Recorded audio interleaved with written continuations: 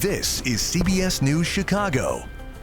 Good morning and great to be with you. I'm Audrina Sinclair. And I'm Jackie Kostek in for Dana this morning. Thanks so much for being with us. We are in weather alert mode today, tracking a late day storm threat and a big warm up ahead. The highs hitting in the 80s. Our first alert weather team is tracking all of it. And Chicago Festival organizers sounding the alarm why some say they're struggling financially and having to downsize some of our favorite neighborhood festivals. And Chicago Mayor Brandon Johnson in D.C. today for an annual gathering of city leaders. But let's start with that first alert forecast because we've got some nice sunshine out there. People in shorts already. Yeah, it's going to be a nice warm day. Now, we've been tracking some unsettled skies just north into Wisconsin. It's been a really intense morning in that direction with a severe thunderstorm watch, severe thunderstorm warnings close to our area, but nothing that made it down into parts of Illinois, into Chicago. Now, we did have a couple of showers earlier, but that was brief, short-lived, and now have moved out. So here's that line of thunderstorms that's producing hail to the size of quarters, just now moving into the Racine area. And these thunderstorms in no hurry are really in a big hurry to get out of here, moving off toward the east at 70 miles per hour. So we're going to eventually get into some more thunderstorm activity, but it's going to be late in the day. A level 2 risk on a scale of 1 to 5. Highs lowermost 80s with thunderstorms after 6 o'clock. We'll take a closer look at that timing coming up. All right, Laura, thank you so much. And now we turn to your nonstop news where some beloved Chicago street festivals are scaling back this year because of rising costs. Yeah, that includes Wicker Park Fest and North Halsted Market Days. Asal Razai is live from the Wicker Park Bucktown Chamber of Commerce this morning with the tough situation that a lot of these organizers are now facing. Asal, good morning. Yeah, Jackie, Audrina, good morning. Definitely tough, especially as we're heading into festival season. Members of the Chamber of Commerce here telling us that festival essentials are just getting pricier, and the number of people that are donating at the entry gates is dropping. And because of that combination, we could see less stages and fewer performers at our favorite festivals this year. We know at least 20 of the Chicago festivals that we know of are joining together to be a part of a coalition. They're doing so in hopes of raising awareness about this issue. It's headed by Pamela Mass, a member of the Wicker Park Bucktown Chamber of Commerce. She says the cost of producing these festivals rises every year for things like security, EMTs, insurance, fencing, and even portable bathrooms. And unlike city-produced festivals, these neighborhood fests do not get city funding. If the event uses public streets, sidewalks, or parkways, they cannot charge for admission. They can only ask for donations at the gate. Mass says these donations are plummeting partly because people think these are funded by taxpayer dollars. We know the Silver Room Block Party did not return last year, and now other festivals are at the risk of also not returning. We know some of the festivals that joined this coalition include Andersonville's Midsummerfest and Chicago's Pride Festival. I'm live in Wicker Park this morning. Asal Razai, CBS News Chicago. Asal, thank you so much. And coming up at 9:40, we will be sitting down with Pamela Mass to go more in depth about the issues that neighborhood festivals are facing. And right now, Chicago police are looking for the person who shot a man outside this gas station in Englewood. The 45-year-old was on Halsted near Marquette when he was hit in the leg around 2 this morning. He is now at the hospital being treated, and he is expected to survive. Police have not said what led to the shooting. Fencing is now up at Ogden Plaza in Streeterville to stop any potential crowding in that area. We previously saw a large group of teenagers gather here, and a 15-year-old was shot. Alderman Brian Hopkins says the fencing is precautionary and will only be up through the weekend. There are no known plans for any type of gathering this weekend, but should one occur, this would help keep people from spilling out into the streets and into traffic. Also today, Chicago Mayor Brandon Johnson is in the nation's capital for the African American Mayors Association Conference. It brings together more than 500 black mayors every year from coast to coast. Johnson set to deliver the keynote address at the closing gavel luncheon.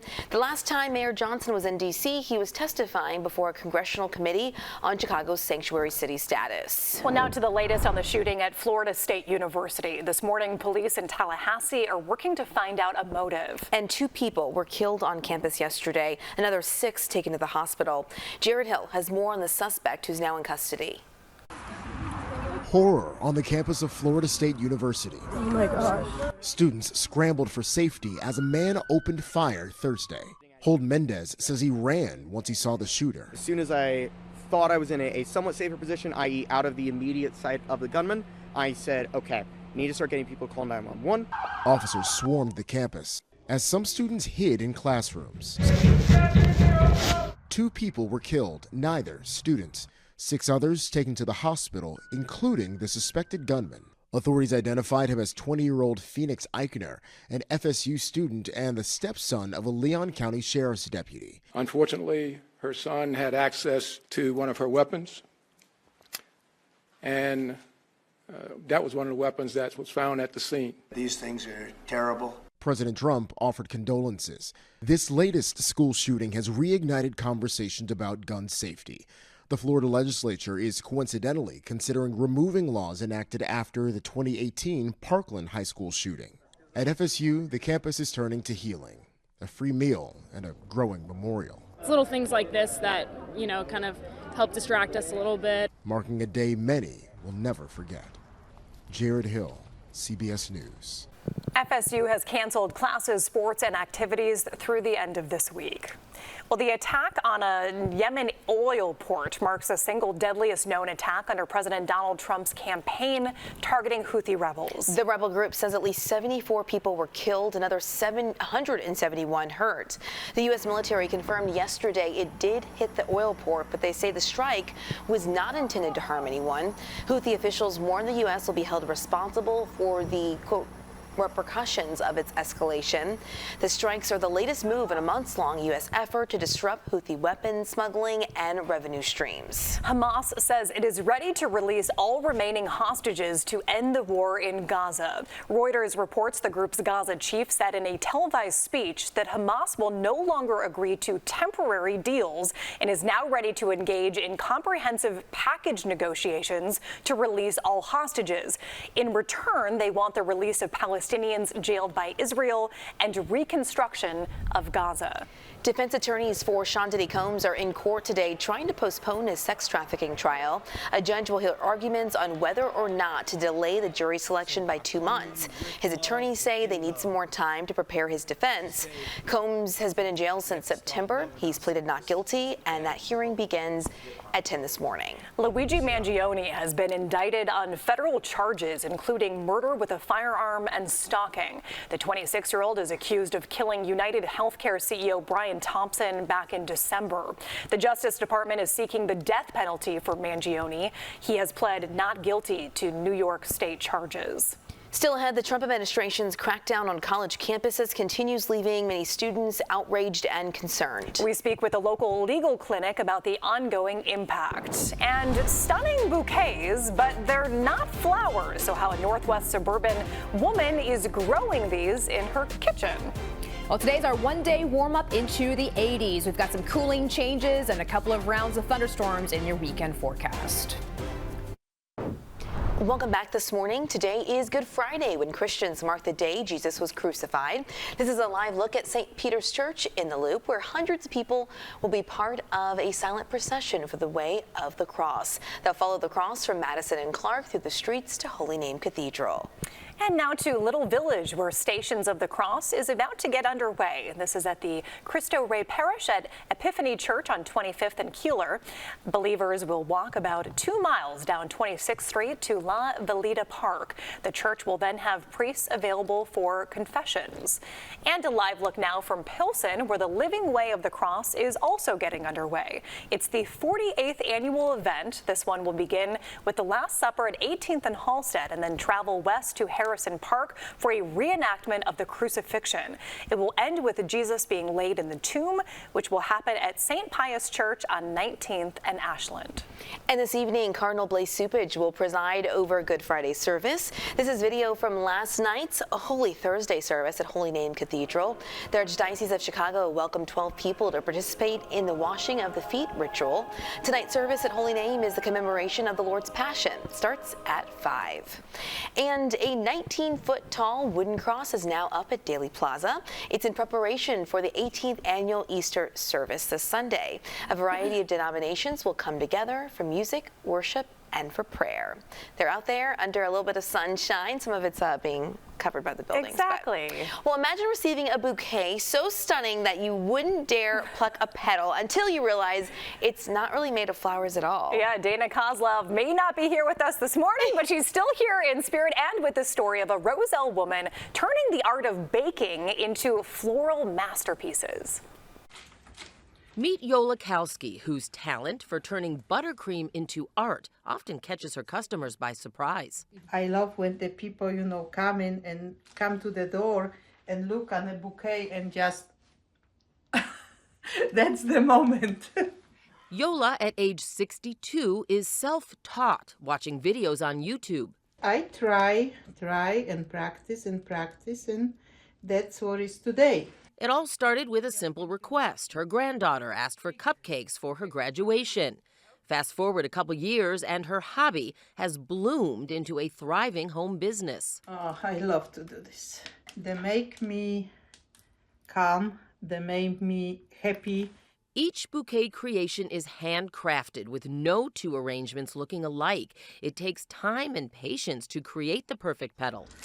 She blends colors using these special frosting tools and can personalize them for all occasions. They always say they look beautiful on a picture, but when they see how they really look, they say they're amazing.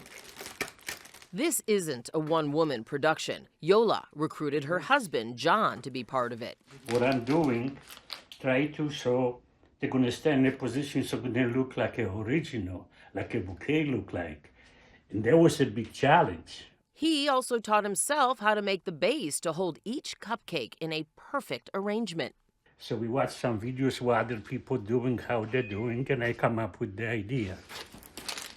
Do you enjoy working together? Oh, they keep me busy. They keep me busy and keep her happy.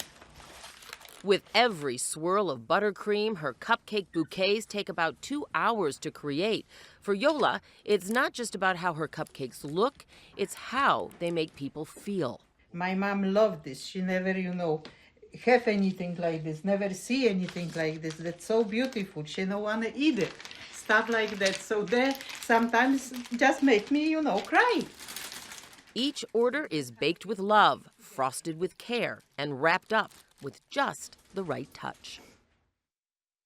And we do want to note that Home Baked Goodies is licensed to operate out of their Roselle home. You can order through Messenger from Yola's Facebook page. There's a link on our website if it looked so good that you just can't resist. And it's always nice to support local as well, which is really good. Yeah. They really are beautiful and different too. And I feel like they're so pretty with I love frosting, so I feel like I would just love to take a bite out of that thing, Same. I wouldn't want to mess it up. You wouldn't want to? No. Okay, yeah. Like I'd want to look at it and enjoy it for like a week and then it's I like good. sweets way too much for that. I know I like sweets more than you do, so I would not let it sit there. I'd be like, you're pretty, take a picture. Okay, let's time to dive in. I love that. Can't wait to get outside this afternoon. I'm so excited. Very nice. We've got, again, foot traffic, a little bit of a mixed bag. Still in the winter coats and then some shorts every now and then. People didn't get the memo, Laura. No, I mean, listen, it's still habits. It's all right. We do have a bit of an unsettled setup, though, developing late day. Really targeting between 6 o'clock until about 1 in the morning overnight tonight that we do get into some unsettled skies given the environment that we're working with here. Large hail and also damaging wind are going to be the two main threats, and that's after we see a high of 81 here today. All of the Chicago area under that level 2 risk on a scale of 1 to 5 for damaging wind and also that large hail threat. What a morning out across Wisconsin. We had a couple of rounds of thunderstorms in that direction. The severe thunderstorm watch looks like that just dropped off as those thunderstorms have raced out over the lake. Remember at the top of the show, we had those storms right over the Racine area. That is now well off toward the east, so things are looking calmer in that direction. We're in good shape now in terms of thunderstorms and even some rain showers here this morning. During your afternoon, we should be mostly dry, looking at a mix of clouds and sunshine. Now, those thunderstorm chances will ramp up after 6 o'clock, really focusing on that 8-9 o'clock hour. That's the peak interest in our department here for some of those thunderstorms that we'll have later on today. Saturday, most mostly a dry day. There is a small shower chance. Most of that's going to be south of Chicago. And then we do get into some wet weather again on Easter Sunday. Timing of this midday hours, early afternoon, light to moderate rain, clearing, and then another push for rain that could be on the heavier side from Sunday into early Monday morning. 7-day forecast, the 80s one day and one day only. We'll be in the 50s for Saturday and Sunday, back to 60 on Monday. Spring-like temperatures and nice weather ahead for next week. After that early morning rain chance on Monday, dry sunshine going up into the 70s by the middle part of next week. All right, let's go to the first alert traffic. Hi, Chris. Good morning, Laura. Hi, everybody. Kind of a summer preview coming up today. So as we kind of make our way out there, it is a Good Friday holiday. So we are lighter than normal on our Friday Light Friday. And so that's what it looks like right now. Not a lot of colors on the map here. So a reminder about Easter weekend road work. Long-term projects will continue, of course, the tri-state south of O'Hare, down through I-55, the I-80 corridor through Joliet, I-57 south of 80, I-65 down around Lowell, and 80-94 over by the Indiana Toll Road, just to name a few. And, of course, the Kennedy Expressway. And where are we going to find all of our delays on this Good Friday? On the Kennedy Expressway. And where on the Kennedy Expressway? Well, through the ongoing work zone, anywhere from Ohio to the junction. Pretty simple, pretty straightforward. Chris Habermill, CBS News, Chicago. All right, Chris, thank you so much. Well, the pro-Palestine protests we saw on campuses nationwide have sparked a widespread investigation by the Trump administration. Next here on the show, a local legal clinic working to support students impacted joins us live to talk about what we saw then and what's happening now.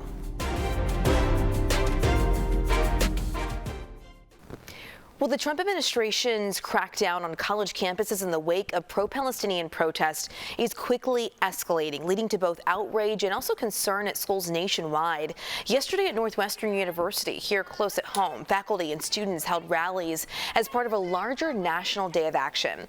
So protesters are calling on the university to defend students, staff, and instructors. And this comes as the Trump administration freezes $790 million in federal funds for what it calls civil rights violations. The Department of Education has launched investigations into universities where campus protests were held, calling for an end to the war in Gaza and divestment from Israel. To dive into what we're seeing on college campuses now and also what we've seen in the last couple of years is Dima Halidi, the Executive Director of Palestine Legal, a legal aid organization. Thank you for joining us. Thank you for having me. So your organization has received an increase in requests for legal support, specifically over the last year and compared to the years prior to that. Can you tell us about that increase and specifically what type of cases and complaints that you're dealing with and you're getting requests for support for? Absolutely. We just published a report about our 2024 findings, which show a 50% increase in the request for legal support we received last year from 2023, and an over 600% increase from 2022. So this is really a reflection of the mass movement that since October 2023 has filled the streets and campuses in opposition to Israel's actions in Gaza, the murder of over 50,000 people, the ongoing starvation of over 2 million. So this is a really moral movement that is opposed to what Israel is doing and has started to shift public opinion in the U.S. This is no longer a minority view.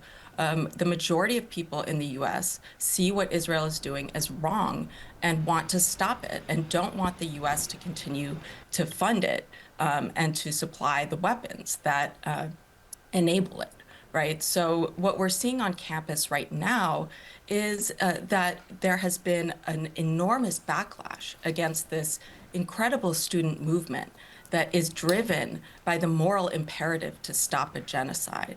And the crackdown that we have seen since October 2023 has led to this moment where the Trump administration is bulldozing any and all pretense of constitutional rights.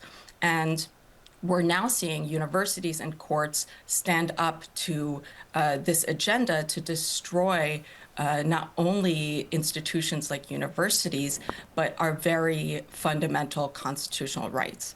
If anybody is worried about government intrusion in our lives, they should be worried about this. This is the Trump administration telling universities, telling law firms, telling companies what they can and can't say, who they can and can't hire, what professors and teachers can and cannot teach. And this is really undermining fundamental principles and freedoms in this country. And Dima, I do want to just make a clarification. So the request for legal support that you've got, this influx, has to do with complaints made prior to the Trump administration, under the Biden administration. But do you anticipate getting even more requests for help now, since we've seen these crackdown on universities and also students? Absolutely. And what the report is telling us is that what happened last year and the year before has paved the way for what the Trump administration is doing now. We continue this year to receive an unprecedented level of intakes, of requests for legal support. And there is enormous fear among students, especially when we see people like Mahmoud Khalil and others who are abducted off the streets simply for advocating for Palestinian rights. So this is the situation we're in now, where there is massive fear, but also a lot of resilience. And we see that students are still out there protesting, calling for their universities to stand up to this bully, and really continuing to call for an end to this ongoing genocide, for their own rights to criticize a government that is perpetrating this genocide. All right, Dima, we have a minute left, and I want to get to two things. So quickly, we do know that more than 1,000 international students are now in danger of deportation because the federal government revoked their visas. A lot of them didn't get a notice or an explanation. Does the federal government legally need to provide a reason or give a heads up to these students? Well, we're seeing now that the courts are starting to push back against the Trump administration. The circuit court just said that the abduction of Abrego Garcia and the lack of due process is creating lawlessness, right? So we are, there is in this country a system of due process, and this administration has completely undermined that, including with its revocation for no reason at all of hundreds and potentially thousands of student visas. So there is pushback beginning to the complete arbitrary nature of this administration's actions. Okay, Dima, and because we ran out of time, is there a place that students and people watching can go if they need more information or support? Absolutely. You can go to palestinelegal.org for the report, as well as other information about the movement and how we're seeing repression unfold. All right, Dima Halidi, the Executive Director of Palestine Legal, thank you for joining us. Thanks so much. And next at 9:30, a new study finds the Chicago Violence Prevention Program is a success. We'll lay out the data showing which strategies are working.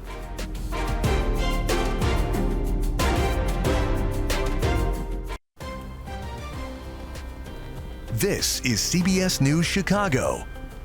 Good morning and good to be with you. I'm Adrena Sinclair. I'm Jackie Kostek. It is 9:30, and thanks so much for sticking with us on this Friday as we take a live look outside. We are in for a warm but also potentially stormy day ahead, tracking a late day storm chance. So let's start with your first alert forecast with Laura Bannon here. We're definitely going to try to enjoy the warmth before any storms come through. I know. Are we brave enough to do the shorts just yet? I am. Maybe. If I can find some. Zero hesitation. Yeah, I mean, we're ready for it. But it is always a little bit of a shock to the system. Yeah, the gosh, first time. Skin touching air. Right? Yeah. I got to go in the summer box. You know, I have like the big Tupperware thing with the. Yeah. I got to go in the Sun those Tanner boxes. What I got to do. That's why I'm like, I'm not ready for that yet. A lot of people are pasty. Exactly. Yeah. All right, 81 degrees for the high today. So yeah, short sleeves today. Tomorrow, back with the heavier jackets, as we've got a cold front that's coming to town, and that's going to usher in some cooling changes here this weekend. weekend. We've been in and out of the sun, the clouds. Right now, upper 60s and 70s. We're warming so quickly. 69 at Joliet. We have O'Hare at 67 and near 70 out toward Kankakee. So we'll make it to the upper 70s, lowermost 80s for highs today. Watch what happens late this evening as that front crosses the area. We do see some cooling temperatures take shape overnight tonight. Tomorrow morning in the 40s and 50s, the coolest readings along the lakefront. Our storm chances will ramp up late tonight, mostly after 6 o'clock. By 9 o'clock, we're definitely in the thick of it. So we'll talk more on the timing and that weekend forecast when I return. All right, Laura, thank you. Another hearing set today to discuss the future of a man who has spent more than a decade behind bars. Lester Owens says he was coerced into a false conviction by Chicago police detectives into confessing. He's just one of many who accused Detective John Forberg of coercion. The judge today will decide if new claims by Owens will be allowed in a future evidentiary hearing. The hearing begins at 11. Right now, police are increasing patrols in Lincoln Park as they search for the people who murdered a man on a sidewalk. 28-year-old Kevin Patel was the man shot and killed on Wednesday night. Neighbors say they heard a gunshot, ran outside, and then saw a man and woman run east. Neighbors also told us they jumped in with towels to try to stop the bleeding, spoke to Patel, and called 911. Now they want his family to know that he was surrounded by neighbors. I hope you know your son was not alone in these moments, and you know this is a really good community of people that were trying to help him any way that they could. You know, we did everything we could to make sure that he got into that ambulance safely. It's not clear what led up to that shooting. No arrests have been made, but Belmont detectives are currently investigating. There's a new study out by Northwestern, and it found a Chicago violence prevention program is working. Yeah, the report details the impact of the Peacekeepers program spearheaded by Chicago Cred. Our Lauren Victory has a look at that data.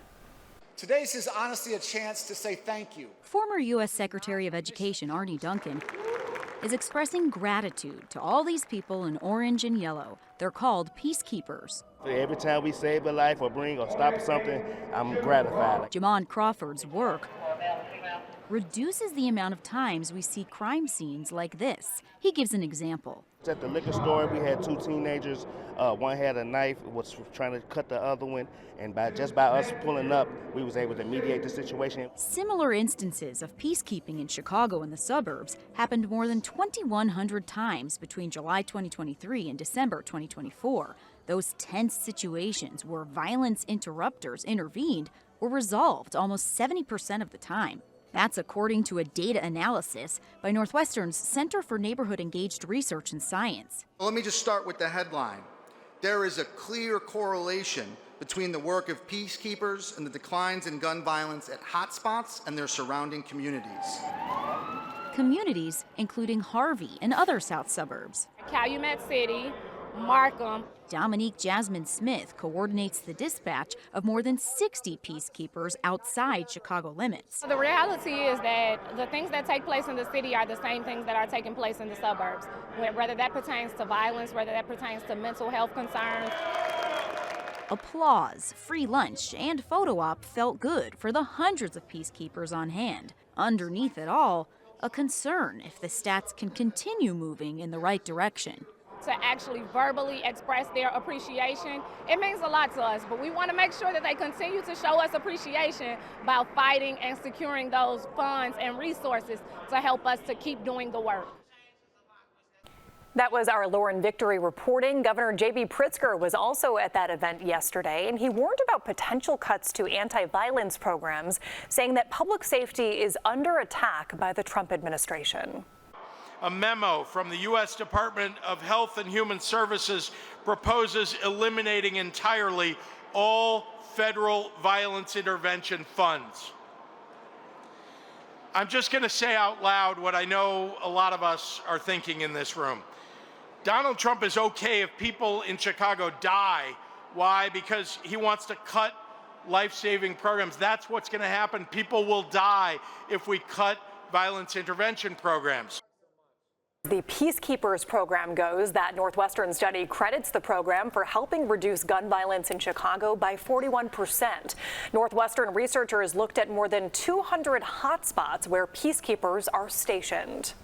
A reminder about tomorrow's Spend in the Black Day being organized by Chicago alderman and pastor. We told you about this yesterday. It's a day to encourage people to support Black-owned businesses. Now, 50 businesses and vendors will be in the Grand Crossing neighborhood tomorrow. Organizers also want to send a message to big box stores like Target and Walmart, who have rolled back diversity, equity, and inclusion efforts. We have the buying power. We need to use it for our communities, and I think that's what this opportunity is. Now you're going to see all of us together. You're going to be able to select your favorites, and hopefully you will continue to support those organizations. Spend in the Black is tomorrow from 10 a.m. to 6 p.m. at 75th and King Drive. Similar efforts are happening in New York, Atlanta, and Houston. Well, if you go shopping at the 900 North Michigan shops this weekend, you'll get a taste of Easter. They're hosting things like craft classes for kids and serving up mimosas for parents. There will also be a chance to get photos with the Easter Bunny. The Bunny will be there today and tomorrow from 11 a.m. to 6:30 p.m., which was a fun jumpstart just a couple weeks ago going out there. You've been there, done that, Jackie. That bunny is a dapper bunny, too. That bunny's got a great outfit on. Nice little bow tie. He's dressed I remember when you sat down with the bunny and you're like, I don't know what to do with the bunny now. I know. I was like, I don't remember. I mean, it's been so long since I've paid a visit to the Easter Bunny. Yeah, I bet it has, Jackie. But they do it up right there, that's for sure. Yeah, it's really cool. All right, so you got that to do. Another option for your weekend, especially if you're a thrill seeker. We have those details. Ooh, Six Flags Great America opens today, and there's a brand new ride for some adrenaline-packed fun. And hey, we have another weekend event for you. You can come on to Berwyn for the Depot District Mini Golf Pub Crawl. 12 different bars participating in each of those bars have their own mini golf putt-putt holes. You can see it happening right here this morning. We are inside Flapjack Brewery. We are showing you everything they have to offer, and I have the beer right here. This is the only brewery in Berwyn, and I guess I'm gonna have to chug at 9 o'clock in the morning. Yeah. All right, we have more coming up later on this hour. Woo, 9:45.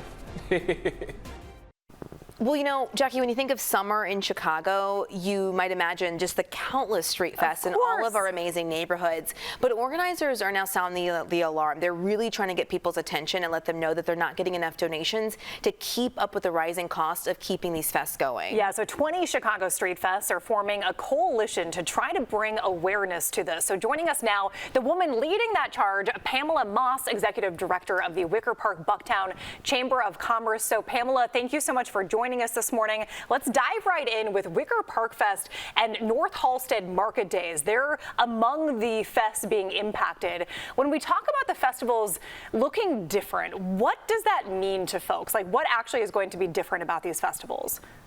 Yeah, absolutely. They're going to be the same neighborhood street festivals that you know and love, but they might just operationally look a little bit different, so that way we could get budgets that weren't setting us up for a negative start in 2025. So coming off of the 2024 festival season, I was connecting with some of my fellow executive directors that produce these neighborhood street fests. They're here to support our business districts, to bring people to our neighborhood, to really just celebrate these incredible districts that we know and love. And last year specifically, most of our festivals experienced anywhere between a 25 and a 50% drop in donations at the gate. And that made us go ahead and take action starting now and making sure that this messaging gets out to individuals that love Chicago Street Fest season. It's 65 and sunny outside. I would love to be out in the street listening to music, cocktail in hand, but that can't happen if we continue in the current trajectory. So that's why this message and this coalition is so important right now. Yeah, and you were telling us that it's so dire that if the funding doesn't, if the donations don't increase as people walk into festivals this year, that some of them might have to be completely shut down for the year after. And so for people watching who are like, wait, where are they getting their money from? You guys don't get money from the city like city-run festivals, right? Correct. So neighborhood street fest, basically if it happens in the street, if you're closing the public way, you see all those barricades up that cost a ton of money, please know that that is a neighborhood street festival, and that means that a neighborhood nonprofit is the one producing it. every single entry gate will say with a huge banner what nonprofit organization is benefiting. But a really easy way right now is to actually head over to saveourstreetfest.org and check out the list of the 20 coalition members and their coordinated festivals, because those are the ones that truly are produced by your own neighborhood, benefiting your own neighborhood. Pamela, losing the festivals would obviously be a huge loss to everybody in Chicago, but also a loss to the neighborhoods themselves and the work that you guys do within the unique chambers of commerce. So how would losing the festivals potentially impact the neighborhoods moving forward? Absolutely. There's so many different components of what takes to produce these festivals, but using Wicker Park Fest as a key example, right? This is our fest that I produce. We have about 150 brick and mortars that flank our street fest that really benefit from having 70,000 people to 80,000 people come through the neighborhood over a 3-day weekend, bringing notoriety to Wicker Park and Bucktown. Everyone's going to be stopping at our stores to grab food and drinks, in addition to benefiting the actual vendors of the festival. But once the fest is over, people had this incredible experience in our neighborhood, and they're going to want to come back. They're going to remember those things that they saw and experienced, or the places that they stayed when they came into town. We have a lot of travelers that come in from out of state. If all of that goes away, so does this huge influx and that economic engine of what it takes to bring a community like this together. Yeah, I hate to hear that you guys at the Wicker Park Fest had to already cut performances and had to scale back a bit because of this. I mean, we don't want to see them going away. No, absolutely not. Pamela Moss, thank you so much for your time this morning and the work that you're doing, because I think it impacts all of our neighborhoods and just our summer in general. People look forward to these festivals so much. So thank you for your time. Well, get ready, because Six Flags is opening for the season today, and it's set to be a wild ride, as always, of course. Yeah, this season is packed with a number of thrills, including a brand new ride. So here it is, the 180-foot tall Wrath of Rakshasa will open in early summer. Six Flags says it is the steepest and most inverted dive coaster in the world. But families can get some adrenaline-packed fun today. The 300-acre theme park opens at 10:30 this morning, just around the corner. Tickets can be found on Six Flags website. And man, do they have a great day to get out there and have opening day at Six Flags. Now we're all like, wait. We can do Six Flags today while it's 80 degrees? That coaster. I know. Okay, coaster fans? Oh, I am, but I think at this age I could do 1 or 2 and then I'd be like, time to go. Peace out. Like, it depends. Like, like the swinging ones, no way, I'm out. Yeah, but the standard up and down coaster, yes? Okay. Yeah, I'm a yeah too. As an adult, but I think we just think twice about it now. Like, it just feels like maybe my stomach's gonna hurt after, my back's gonna hurt, I'm gonna be out of whack. I did not expect this when I got older, that my again, we'd have this conversation. I bet you somebody's watching right now rolling their eyes at us like, please, y'all. I know. And you don't know when you can't identify the turning point, and all of a sudden you're like, could I handle that? And you're like, I don't know that I could. I think it was like after 25. I'm gonna get nauseous. You're like, go kids, go. Yeah, 25 is the turning point. I don't know. I really don't. Yeah. But it's happened. We're there. We're on the other side. Obviously. Well, that's a shame. For everyone that's going out there. Yeah, life hits you hard. It does, yeah. I know. I can't with y'all right now. I'm sorry. Like, this is a really intense conversation. We needed to break it down. And it's gotta hold it together, y'all. 13 minutes. I will do just that. All right, here's your live look outside. We have been in and out of some sunshine, little brief shower activity earlier. We're going to be at least quiet now for a couple of hours. We've got some gusty winds, warm weather, and then that storm threat by the evening hours. Cold front comes to town, pushing in some cooling changes, especially along the lakefront tomorrow. Jacket weather after a high of 81 today. Sunday in the forecast, some rounds of rain. Level 2 risk of severe weather. This covers all of the Chicago metro, large hail and wind, which was a problem earlier this morning out across parts of Wisconsin. Those clusters of thunderstorms have moved to the other side of the lake now and will stay in that direction. But what we'll be watching from now until about 6 o'clock is for an additional round of showers and thunderstorms, likely going to be coming in waves here, but I'm really focusing on that 9-10 o'clock hour here in Chicago. You've got some intense thunderstorms shifting from west to east, moving into north northwest Indiana past midnight, and then we'll be calm for the rest of the night. Cooler on Saturday, 56 degrees. There is still a small shower chance, but most of that's going to be staying farther off toward the south. Sunday, for Easter Sunday, couple of rounds of showers, mostly that first one after 10-11. By the early afternoon, we've got widespread rains, most of it light, some pockets of heavier rain. That second round does promise to be a little bit on the heavier side, and we could potentially be talking about some thunderstorms going from Sunday night into Monday morning, which is why that shower chance is going to carry over for Monday. We go to 60 for the start of the new week. Some nice spring temperatures ahead through Tuesday, Wednesday, and Thursday. Wednesday being the warmest day next week, 73 degrees and dry skies too. So improving forecast after we see some 50s here this weekend. All right, Laura, thank you. It is 9:48 now. We are turning to your jump start with a weekend of mini golf and a pub crawl all in one. Yeah, it's in the Depot District of Berwyn, and we've been making stops all morning long, and we've also been watching Darius Johnson out there trying to make some shots. Trying Darius, is the key word. Exactly. You're at Flapjack Brewery now. What you got for us? You know, ladies, you all said trying, and you know, I succeeded at 7:15 on the stream, but since then I've just failed. But as you mentioned, yes, there is a lot of fun happening this weekend. If you want to be able to come on down to Berwyn, just hop on the Metro at Union Station. Get off right here at Berwyn, because there are 12 bars that are participating in the Depot District Mini Golf Pub Crawl. Yes, I said that right. We are here this morning at Flapjack Brewery. Joining me right now is Paul Mascione. He is the co-founder of Flapjack. This is the only brewery in Berwyn. Talk to me about what's so special about this place. This is the only brewery in Berwyn, and we combine it with wood-fired pizza. We do 8 beers on tap. We have our vanilla cream ale. That is our flagship beer. And as you can see, our pizzas made by my brother, James, our sous chef Dave, and Stefano, myself. But yeah, we're right off of the Depot District, so you can grab a pint and a beer right off the train stop. We're going to get back to the food in a second. I see you all have your mini golf putt hole right here. Every place, all the 12 places that are participating, has their own spin on it. Talk to me about the spin that you all have on this one. You said it's actually you and your brother's faces. This is me and my brother's faces. The first one's me. Has less hair, and then the back one is my brother, and our guy Dave painted that for us for you. Now, talk to me a little bit about all the different things you all have here. Obviously, this is meant to be very fun. It's meant to be creative. You all are adding your own spin on it by adding the pizza. You all have the different beers on tap, so you're providing that kind of pub crawl also, but then you all have this pizza stack challenge for people as well to participate in. Talk to us about this. Yes, this is a Flapjack the Stack, so you have to eat 6 margarita pizzas in 30 minutes.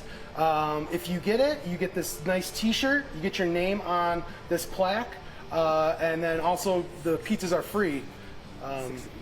6 of these, right? 6 of those stacked. If you lose, you have to pay for all the margaritas. How often do people succeed? I mean, hey, there are only 4 names on the wall since 2023. Yeah, so we've had 6 people try, and 4 people have succeeded. People are a little intimidated by it. Paul, we're going to keep walking so we can show people the brewery, or the brew room, rather, that you all have here as well. Lastly, as we make our way back here, I'm going to have Dave show them. Talk to us just about this, about what makes this place special as the only brewery, as we have about 30 seconds left. Of course. Yeah, we do. We make all our beers in-house. Myself and Tommy, our assistant brewer, and then we make all our pizzas scratch too, with scratch. Wood fire pizza. What do people need to know when they get ready to come here tomorrow? Would you say, hey, everybody come here because we're the best and we have the best putt hole? What would it be? Yeah, you come by. We have the best hole. We have the best wood fire pizza in Berwyn, and the only brewery in Berwyn with fresh brewed beer. All right, perfect. Well, you heard everything right here from the co-owner himself. Again, the Depot District Mini Golf Pub Crawl happens tomorrow from 12 to 6 right here off the Berwyn stop. The Metro runs right here. All you got to do is get off and stumble across the tracks. We're live here in Berwyn. I'm Darius Johnson, CBS News Chicago. Audrina and Jackie, back to you. Thanks so much, Darius. I love it. That sounds like a fun day. Oh, yeah. And take the train easy. Yes. Darius, thank you. And we'll see you guys after the break. Tonight in Eye on Chicago, the story of a true survivor. He lived through one of the world's worst atrocities, and now he's sharing his own story.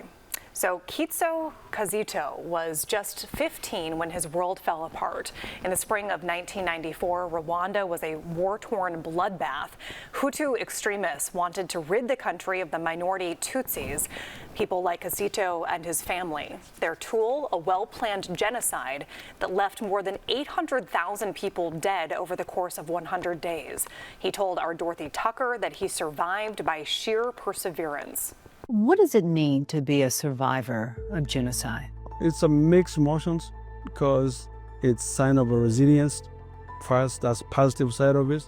It helps me to live life without fear because I've seen the worst.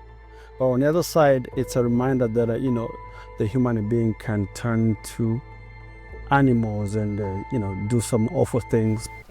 You will meet Kazito and hear more about his remarkable story. Watch Eye on Chicago on our news tonight at 10 o'clock. 9:56, turning to First Alert weather. We've got kids jumping on the Picasso out in Daly Plaza, people running around with their shorts on already. I don't know if they're supposed to do that, but I'm okay with it. Hey, it's going to be 81 today. Some thunderstorms this evening. We're cooler tomorrow and Sunday, and then warming nicely ahead for next week. Easter Sunday, a little wet. I think those early morning Easter egg hunts, no problems there. It's those midday hunts and services that we may run into some rain. Okay, good to know. Yep. Thanks so much for joining us here on our News at 9. Your local news continues on the stream. Have a great day and weekend. Enjoy the sunshine and the warmth while we've got it.